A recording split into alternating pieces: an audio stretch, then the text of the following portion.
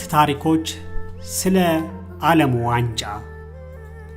ቀድሞ ከ1946 በፊት የጁልየስ ሪሜት ዋንጫ ተብሎ ይጠራ የነበረው ዋንጫ ዲዛይኑም መጠኑም ተቀየረ። 35 ሴንቲሜትር ቁመትና 3.8 ኪሎ ግራም ክብደት ነበረው። በወርቅ ከተሸፈነ ስተርሊንግ ብር የተዘጋጀ የዓለም ዋንጫ ነበር። የግሪክ የድል አምላክ የሆነችው ናይክ ባለ 8 ጎን ዋንጫ ይዛ የሚያሳይም ነበረ። ከከፊል የከበረ ድንጋይ የተዘጋጀው ይኸው ዋንጫ ከ1930 እስከ 1970 የአሸናፊ ቡድኖቹ ስም ሰፍረውበታል። የዓለም ዋንጫን 3 ጊዜ ያሸነፈ ቡድን ነው ዋንጫውን በቋሚነት እንዲይዘው በመግባባት ላይ የተደረሰው በፊፋ ሕግ መሰረት። ስለዚህም በ1958 በ1962 እና በ1970 ደግሞ ብራዚል ጣሊያንን በፍጻሜ አሸንፋ ነው ሶስተኛ ድሏን አስመዝግባ የጁልየስ ሪሜትን ዋንጫ ወደ ሀገሯ የወሰደችው።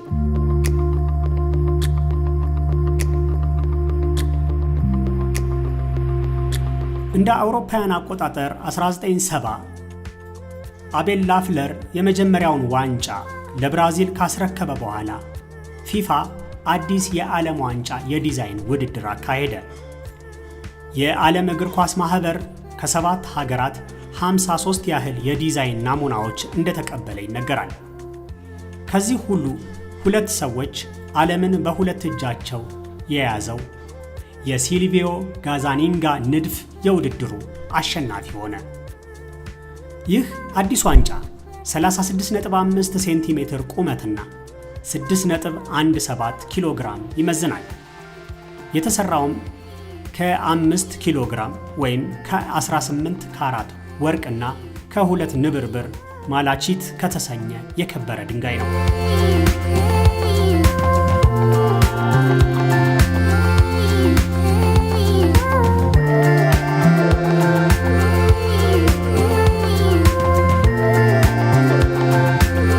የዋንጫው መቀመጫ 3 ሴንቲሜትር ያህል ሲሆን ከ1974 ጀምሮ ያሸነፉ ቡድኖች ስም ካሸነፉበት ዓመት ጋር ተቀርጾበታል።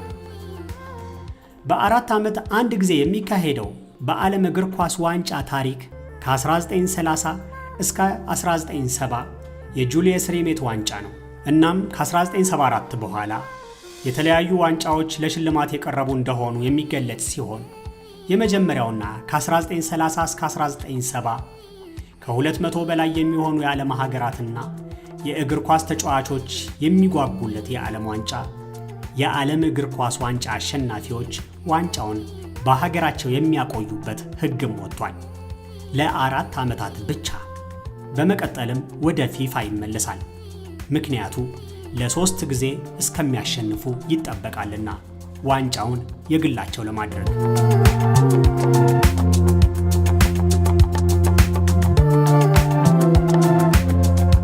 የዓለም ዋንጫ ጉዳይ የሁሉንም አይን ሳቢ በመሆኑ ኡራጓይ የመጀመሪያውን የዓለም ዋንጫ ሻምፒዮን ስትሆን በ1930 ወደ ሀገሯ ወስዳ አቆይተዋለች። ጣሊያን በ1934 እስከ 1938 ዋንጫውን ማስጠበቋም ይነገርላታል። አንዱ የዓለም ዋንጫ ታሪክ ዋንጫው በጫማ ሳጥን ውስጥ ተደብቆ መቆየቱ የሚነገር ሲሆን በዓለም ጦርነት ወቅት የዋንጫው መሰረቅን ስጋት ለመቀነስ ሊገኝ ወደማይችልበት ስፍራ እንዳመራ በታሪክ ይወሳል። ይኸውም በወቅቱ የፊፋ ምክትል ፕሬዝዳንት ሆኖ ሲያገለግል የነበረው ጣሊያናዊው ኦቶሪዮ ባራሲ ዋንጫውን ሮም ከሚገኘው ባንክ ካዝና አውጥቶ በአልጋው ስር ባለው የጫማ ሳጥን ውስጥ ደበቀው። እስከ 1950 ድረስ ይህ ዋንጫ በባራሲ አልጋ ስር በሰላም ቆይቷል። ምንም እንኳን በወቅቱ የጁልየስ ሪሜት ዋንጫ ተብሎ የተጠራው ዋንጫ ከዓለም ጦርነት በተጠቀሰው ታሪክ ቢተርፍም በ1966ቱ የእንግሊዝ የዓለም ዋንጫ በፊት መሰረቁም ይነገራል። በወቅቱ ዋንጫውን የሰረቀው ግለሰብ ዋንጫውን ለመመለስ 15,000 ፓውንድ እንደጠየቀ በታሪክ ተዘግቧል። ኋላ ላይ ተሰርቆ የተቀመጠበት ስፍራ የተገኘው በአነፍናፊ ውሻ እገዛ ነበር። ያገኘው ውሻም እንደተመሰገነ ታሪክ ይጠቅሳል። በ1983 በሪዮ ዲ ጄኔሮ ከሚገኘው የብራዚል እግር ኳስ ኮንፌዴሬሽን ዋና መስሪያ ቤት የዓለም ዋንጫ ዳግመኛ መሰረቁ ተዘግቧል። ይህን ሁሉ ውጣ ውረድ ያሳለፈውና በብዙዎች ዘንድ ትኩረት የሚሰጠው የዓለም ዋንጫ በትንሽዬ ቤት እየተቀረጸ ለሽልማት ዝግጁ እንደሚሆን ይጠቀሳል።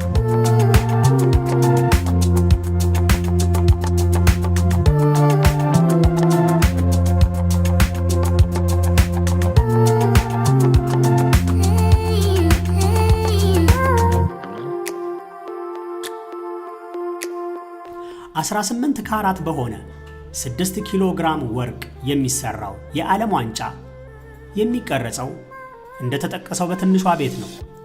በቢሊየን የሚቆጠሩ የዓለም ሕዝቦች በተለይም 32 ሀገራት የራሳቸው ሊያደርጉት የሚፈልጉ የፊፋ ዓለም ዋንጫ የሚሰራው ብዙዎቻችን እንደምናስበው ውስብስብ ማሽኖች ባሉበት ብዙ ሰራተኞች በሚተራመሱበት ትልቅ ካምፓኒ ሳይሆን ቤርቶኒ ሚላኖ በሚባል ትንሽ ወርክሾፕ ውስጥ ነው።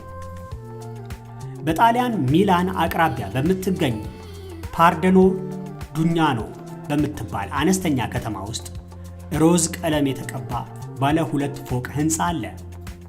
በሕንፃው መግቢያ ላይ በነሐስ የተቀረጸ ጄድ ፔርቶኒ የሚል ጽሑፍ ያለው አነስተኛ ቦርድ ይታያል።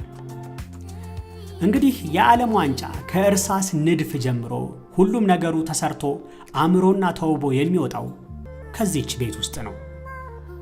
ይህ አነስተኛ ወርክሾፕ እነዚህን የዓለም ዋንጫን ማምረት የጀመረው ከዓመታት በፊት የዓለም ዋንጫን ለመቅረጽ ፊፋ ባወጣው ውድድር ከመላው ዓለም ከሚገኙ የቅርጻ ቅርጽ ማምረቻ ድርጅቶች ጋር ተወዳድሮ በአንደኝነት በመውጣቱ ነበር። እናም ከዛ በኋላ የዓለም ዋንጫንና የወርቅ የብርና የነሐስ ሜዳሊያዎችን በብቸኝነት ይሰራል። ወሳኙ ነገር ግዙፍ ማሽኖች ወይም የሰራተኞች ብዛት ቢሆን ኖሮ በርቶኒ ሚላኖ በአንዲት ትንሽ ሕንፃ ውስጥ 12 ሰራተኞችን ብቻ ይዞ ካሉት ሁሉ በመብለጥ ተመራጭ አይሆንም ነበር። ነገር ግን ወሳኙ ዕውቀትና ችሎታ በመሆኑ በዚህ አነስተኛ ቤት ውስጥ የዓለም ዋንጫ ብቻ ሳይሆን የአውሮፓ ሱፐር ካፕ፣ ኢሮፒያን ሊግ፣ ቻምፒየንስ ሊግ ዋንጫዎች እንዲሁም የአረብ ባህረ ሰላጤ ዋንጫ የሁሉም ሜዳሊያዎችና በበርካታ ሀገራት ለሚገኙ የስፖርት ድርጅቶች የተለያዩ ዋንጫዎችን ይሰራል። አስገራሚው ነገር የዓለም ዋንጫም ሆነ ሜዳሊያዎቹ የሚሰሩት ያለ አንዳች ትልቅ ማሽን ንክኪ በእጅ ብቻ ነው። በእጅ ቅርጽ ይወጣለታል። እያንዳንዷን ጭረትና ቅርጽ በእጅ ይሰራል። እንደዛም ሆኖ ያለ ውስብስብ ማሽንና በጥቂት ሰራተኞች የሚንቀሳቀሰው ይህ ወርክሾፕ ለጣሊያን ከፍተኛ የውጭ ምንዛሬ ከሚያስገኙ በሺህ የሚቆጠሩ ኢንተርፕራይዞች መካከል ቀዳሚ ሆኖ ተመዝግቧል።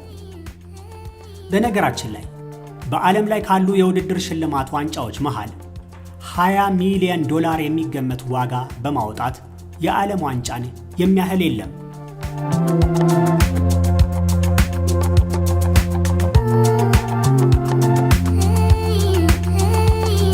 ይህ $20 ሚሊዮን የሚገመተው የዓለም ዋንጫ ታዲያ ምንጊዜም ወደ ተረኛ አዘጋጅ ሀገር ከመጓዙ በፊት ዓለም አቀፍ ጉዞ በየሀገሩ ያደርጋል። የሚገርመው እስከ ዛሬ ባለው ሁኔታ የአፍሪካ ሀገራት ዋንጫው ጉዞ በሚያደርግበት ጊዜ በድምቀት ተቀብለው ከአቀባበሉም ባሻገር የእግር ኳስ ወዳጆች ፎቶ ተነስተውበት ከመመለስ ባሻገር አንድም አፍሪካዊ ሀገር አሸንፎ የግሉ አላደረገው። በዋንጫው ታሪክም ስሙ እንዲሰፍርበት አላስቻለውም።